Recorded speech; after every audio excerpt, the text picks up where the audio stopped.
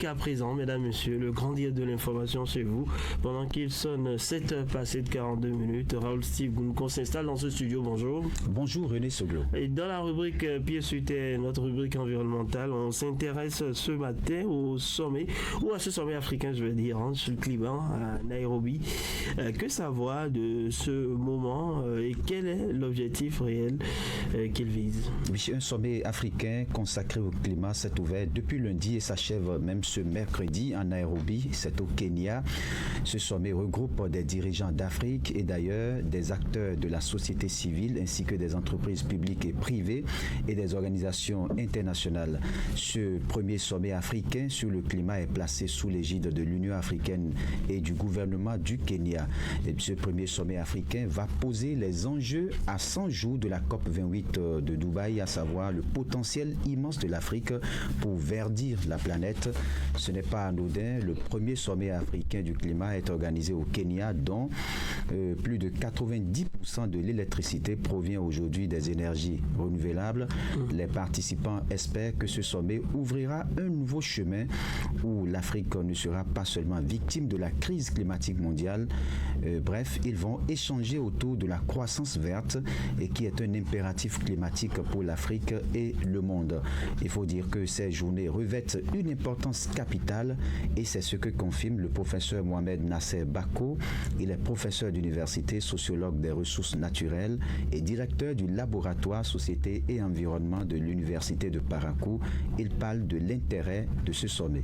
On a remarqué que du fait des pratiques humaines, la température au niveau mondial augmente. Et cette température-là, si on ne fait rien, d'ici 2100, il est prévu une augmentation de 100 degrés. Et face à cela, les humains qui réfléchissent doivent se dire on doit faire quelque chose. Toute élévation de température d'1 degré, imaginez ce que cela peut faire sur la santé des humains et des êtres vivants de façon générale. Et donc, la nécessité d'organiser ces journées sur le climat vient de ce que la communauté internationale veut aider à trouver les bonnes solutions qui permettront de réduire la baisse de température et d'être dans des niveaux de température qui vont permettre la vie sur Terre. Et donc c'est ça en fait. Et c'est tout ceci alors qui amène à réfléchir et à s'intéresser sur l'état de cet environnement. Alors, quand on parle du climat, c'est une question de financement, mais on constate aussi que ce financement tarde à se concrétiser. Oui, et pour réaliser la croissance verte, les financements tardent à se concrétiser ou sont inaccessibles, et que ce soit pour l'adaptation au changement climatique ou pour les investissements verts. L'Afrique, grâce à ses potentiels en énergie, le solaire, la géothermie, le biomasse et l'hydraulique, peut aider les autres régions à atteindre leurs objectifs de zéro émission de gaz à effet de serre d'ici 2050. Les pays africains restent parmi les plus vulnérables face au dérèglement climatique. L'accent est mis sur cette urgence en Nairobi. Selon Josepha Léonel Correa Sako, commissaire en charge de l'agriculture au sein de l'Union africaine, le changement climatique est une pandémie en Afrique. Il entraîne des catastrophes naturelles. Les pertes économiques liées à ces dérèglements climatiques s'élèvent à plus de 5% du produit intérieur brut du continent. C'est pourquoi le besoin de financement est au cœur des discussions. Aucun pays africain n'a réussi à attirer tous les financements nécessaires pour le climat. Alors, l'Afrique subit également les conséquences des changements climatiques. Vous en avez parlé tantôt, que faire? Oui, il faut beaucoup d'actions concrètes. Il faut quitter l'étape des promesses, l'étape des discours pour des actions sur le terrain. Des COP, il y en a eu et ça continue. Il y a déjà beaucoup de promesses, mais l'Afrique ne voit pas l'effet de ces promesses.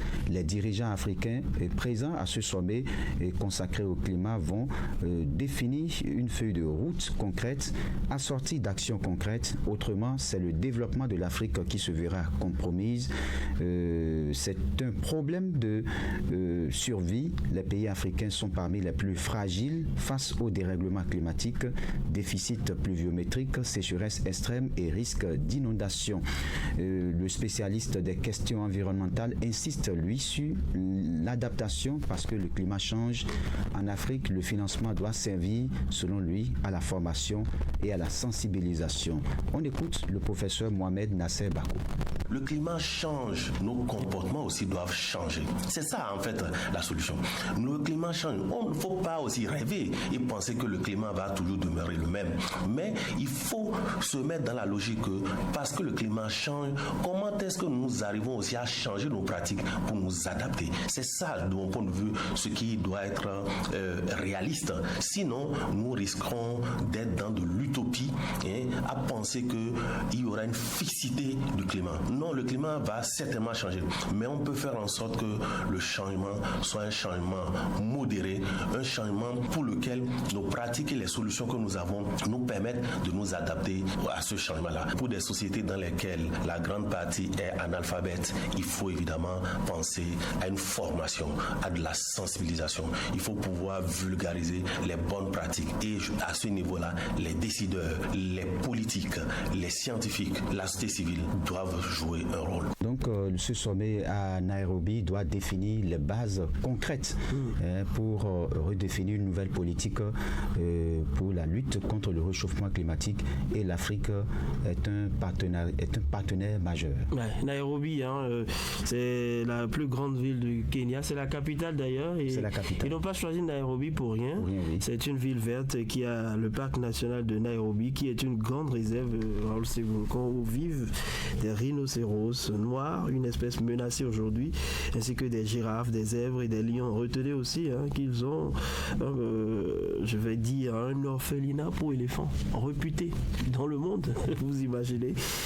Eh bien, c'est ça Nairobi aussi, voilà, on devrait s'en inspirer, qui est d'ailleurs toujours le point de départ des safaris au Kenya. Merci à vous, Raoul Steve Gounoucon, c'était notre